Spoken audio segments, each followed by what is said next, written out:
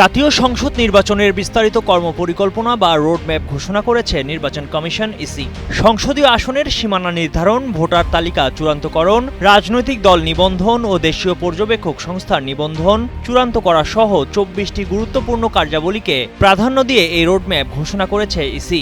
জানানো হয়, কমিশন আসন্ন রমজানের আগেই নির্বাচন আয়োজনের লক্ষ্য নিয়ে কাজ করছে এবং ভোটের তারিখের প্রায় ৬০ দিন আগে তফসিল ঘোষণা করা হবে। বৃহস্পতিবার নির্বাচন কমিশনের সিনিয়র সচিব আক্তার আহমেদ নির্বাচনী রোডম্যাপ ঘোষণা করেন। নির্বাচনকে উৎসব মুখর করতে চায় নির্বাচন কমিশন, এজন্য যে কোনো চ্যালেঞ্জ মোকাবেলায়ও প্রস্তুত তারা। একথা জানিয়ে সচিব আক্তার আহমেদ বলেন, ১৫ই সেপ্টেম্বর থেকে রাজনৈতিক দলগুলো সহ অংশীজনদের সঙ্গে সংলাপ করা হবে। এ সংলাপ চলবে অক্টোবর মাস পর্যন্ত। রোডম্যাপ অনুসারে নির্বাচনী আইনবিধি সংস্কার বা আরপিও সংক্রান্ত প্রস্তাব ৩১ আগস্টের মধ্যে আইন মন্ত্রণালয়ে পাঠানো হবে এবং ৩০ সেপ্টেম্বরের মধ্যে এটি চূড়ান্ত করার লক্ষ্যমাত্রা নির্ধারণ করা হয়েছে। একই সময়ের মধ্যে রাজনৈতিক দল ও প্রার্থীদের আচরণবিধি ও নির্বাচন পরিচালনা বিধিমালাও চূড়ান্ত করা হবে।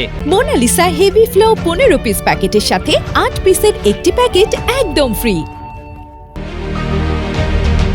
রাজনৈতিক দলগুলোর নিবন্ধন প্রক্রিয়া ১২টি ধাপে ৩০ সেপ্টেম্বরের মধ্যে সম্পন্ন করার পরিকল্পনা রয়েছে। এছাড়া দেশীয় ও বিদেশি পর্যবেক্ষক এবং সাংবাদিক নীতিমালা ১৫ই নভেম্বরের মধ্যে চূড়ান্ত করা হবে। ভোট গ্রহণকারী কর্মকর্তাদের প্রশিক্ষণ ৩০ নভেম্বরের মধ্যে সম্পন্ন হবে। মাঠ প্রশাসন ও পুলিশ কর্মকর্তাদের প্রশিক্ষণ ও ব্রিফিং ৩১ অক্টোবরের মধ্যে দেয়া হবে।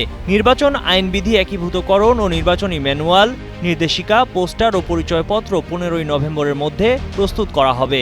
নির্বাচনী মালামাল ১ ডিসেম্বরের মধ্যে বিতরণ করা হবে।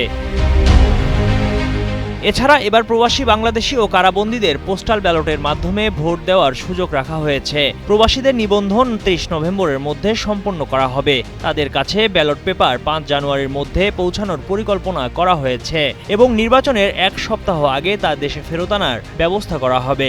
কারাবন্দীদের কাছে ভোটের ২ সপ্তাহ আগে পোস্টাল ব্যালট পৌঁছানো হবে। ত্রয়োদশ জাতীয় সংসদ নির্বাচনের রোডম্যাপ ঘোষণায় জাতির প্রত্যাশা পূরণ হয়েছে বলে মন্তব্য করেছেন বিএনপির স্থায়ী কমিটির সদস্য সালাউদ্দিন আহমদ। সাংবাদিকদের তিনি বলেন, এখন রোডম্যাপ অনুযায়ী জাতীয় নির্বাচন দেওয়াটাই প্রত্যাশা। অন্যদিকে নির্বাচন কমিশন ঘোষিত রোডম্যাপের ব্যাপারে তাৎক্ষণিক প্রতিক্রিয়ায় এক বিবৃতিতে বাংলাদেশ জামায়াতে ইসলামীর সেক্রেটারি জেনারেল মিয়া গোলাম পাওয়ার বলেন, নির্বাচন কমিশন কর্তৃক ঘোষিত রোডম্যাপ গতানুগতিক ও কিছুটা বিভ্রান্তিকর। এতে জনগণের প্রত্যাশার প্রতিফলন ঘটেনি। ময়ূখ ইসলাম, কালের কণ্ঠ।